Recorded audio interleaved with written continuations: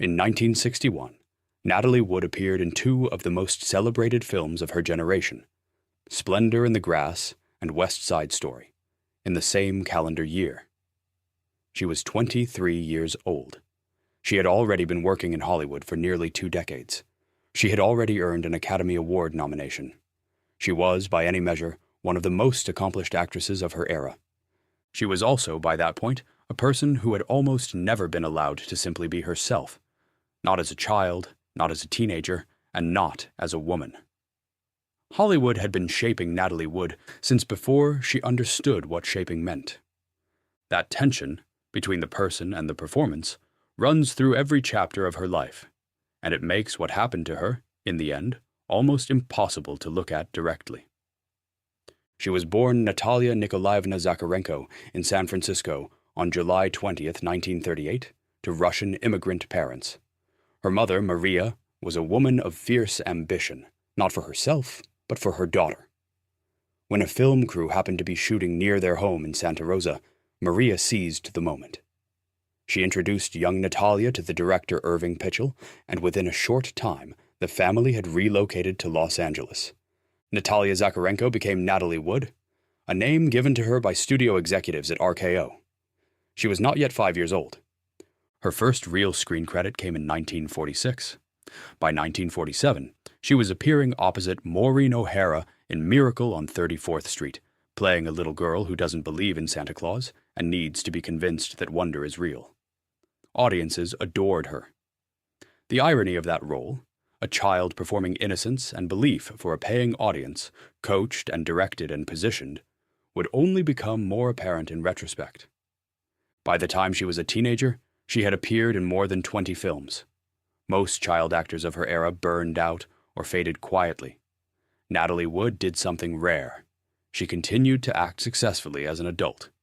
In 1955, director Nicholas Ray cast her in Rebel Without a Cause. Natalie was 16. She played Judy, and she brought to the role something that went beyond technique. She was nominated for the Academy Award for Best Supporting Actress while still in high school. What followed was one of the most impressive sustained runs of any actress of that period. The Searchers in 1956. Splendor in the Grass in 1961, which earned her a Best Actress Oscar nomination and remains, for many film historians, the high watermark of her dramatic work. West Side Story that same year. Gypsy in 1962. Love with the Proper Stranger in 1963, which brought her a third Oscar nomination. That made 3 Academy Award nominations before the age of 25. At the time, that tied her with Teresa Wright as the youngest actress in history to reach that milestone. And yet, underneath the professional ascent, something was fracturing. Natalie Wood had lived under a lot of pressure since early childhood. It was the pressure of a career that had been built around her before she could consent to it, managed by a mother whose investment in her daughter's success was total and consuming. It was the pressure of an industry that required young women to be palatable, available, and decorative, and that had no particular interest in who they actually were. By the mid-1960s, the cracks were visible. She had a well-documented struggle with her mental health during this period. She stepped away from Warner Brothers, reportedly paying a substantial sum to exit her contract. She dismissed her entire professional team and took a 3-year hiatus from acting. In 1957, Natalie married actor Robert Wagner. She was 18, and he was 27. They divorced in 1962. She had a brief, high-profile engagement to Warren Beatty. However, in 1969, she made a strong comeback with Bob and Carol and Ted and Alice, a film that fit the changing times and reminded audiences and studios alike what she was capable of. She married a second time to British producer Richard Gregson and had her first daughter Natasha in 1970. That marriage also ended in divorce, and then, in 1972, she remarried Robert Wagner. By all public accounts, the second marriage was steadier, more settled. They had a daughter together, Courtney, born in 1974. Wood was working in television, winning a Golden Globe for the 1979 miniseries From Here to Eternity. She was 41 years old, preparing for what seemed like another chapter. In 1981, she took the role in Brainstorm, a science fiction film. It would be her last. Thanksgiving weekend, 1981. Natalie Wood, Robert Wagner, Wood's Brainstorm co-star Christopher Walken, and the yacht's captain Dennis Davern were aboard the Wagner's 60-foot yacht, the Splendor, anchored off Santa Catalina Island. What happened next is something the official record has never been able to fully establish. Based on what is documented, in the early morning hours of November 29, 1981, Natalie Wood went into the water. Her body was found floating face down off the coast of Catalina Island. She was wearing a red down jacket and a flannel nightgown.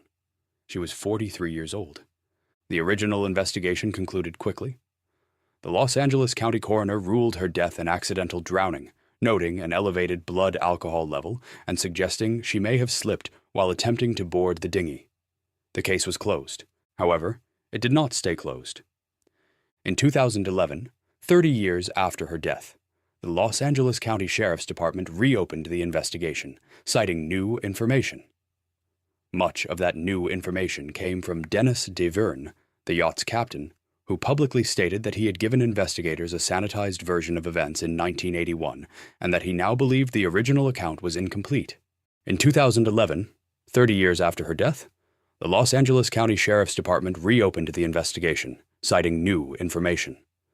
Much of that new information came from Dennis Davern, the yacht's captain, who publicly stated that he had given investigators a sanitized version of events in 1981, and that he now believed the original account was incomplete. Davern alleged that a heated argument had taken place between Natalie and Robert before she disappeared, and that Robert had instructed him not to turn on the searchlights when she went missing. Wagner has consistently denied any wrongdoing. In 2012, the Los Angeles County coroner formally amended Natalie's death certificate. The cause of death was changed from accidental drowning to drowning and other undetermined factors. The manner of death was reclassified as undetermined. The amended autopsy report noted fresh bruising on her body, including a bruise on her right forearm, multiple bruises on her left thigh, scratches on the backs of her legs, and abrasions on her face. The chief medical examiner wrote that the location and multiplicity of the bruises were consistent with their having occurred before she entered the water. He could not determine definitively how they were sustained. In 2018, investigators named Robert Wagner a person of interest in the case. This is a specific legal designation. It does not mean he was charged, and he has never been charged with any crime. Investigators stated publicly that Robert was the last known person with Natalie before she disappeared, and that his account of events no longer appeared consistent with what witnesses had described. Robert declined subsequent requests to speak further with investigators. By 2022, the Sheriff's Department indicated that available leads had been exhausted. The case was moved to cold case status, though it technically remains open. Natalie Wood's death has never been ruled a homicide. No charges have ever been filed. The manner of death remains officially undetermined. The questions that were unanswered in 1981 are, in large part, still unanswered today. Natalie Wood was one of the very few performers in the history of American film to successfully navigate the transition from child star to adult actress. That is a very difficult thing to do, and she did it in an era when the industry was particularly ruthless about discarding women the moment they aged past whatever the current ideal happened to be. She was also, by the accounts of people who knew and worked with her, a person of genuine warmth and considerable intelligence. Someone who took her craft seriously, who sought out demanding directors and difficult material, and who paid a real personal cost for the years of pressure she had lived under. The questions that surround her death have, as so often happens, threatened to swallow the life she lived. The mystery is easier to talk about than the body of work. The controversy is easier to search than Splendor in the Grass. The work remains. Across 4 decades of film, she left behind performances that still carry weight. A child whose wonder felt unscripted. A teenager whose pain felt borrowed from real life. A young woman on a fire escape in West Side Story who could break your heart without saying a word.